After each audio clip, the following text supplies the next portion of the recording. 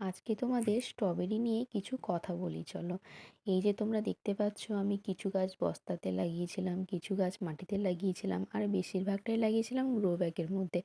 আসলে এইবারে আমি একটু এক্সপেরিমেন্ট করতে চেয়েছিলাম যে কিসের মধ্যে লাগালে ভালো ফলন পাওয়া যায়। অলমোস্ট সবগুলোতেই সেম ফলনই পেয়েছি। কিছু ফল বড় হয়েছিল, কিছু মিডিয়াম সাইজের হয়েছিল, কিছু ছোট সাইজের হয়েছিল।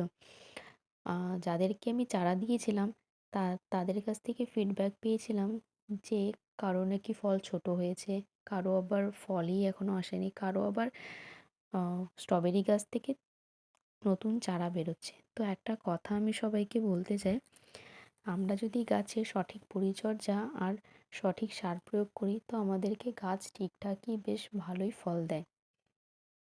তো নতুন হাতের স্ট্রবেরি পেতে একটু আমাদের হয়তো প্রবলেম হয়। আমারও আগের বছর এরকম একটু সমস্যা হয়েছিল। আমি বেশ কয়েকটাই ফল পেয়েছিলাম। বাট এইবারে আমি অনেকটাই ফল পেয়েছিলাম।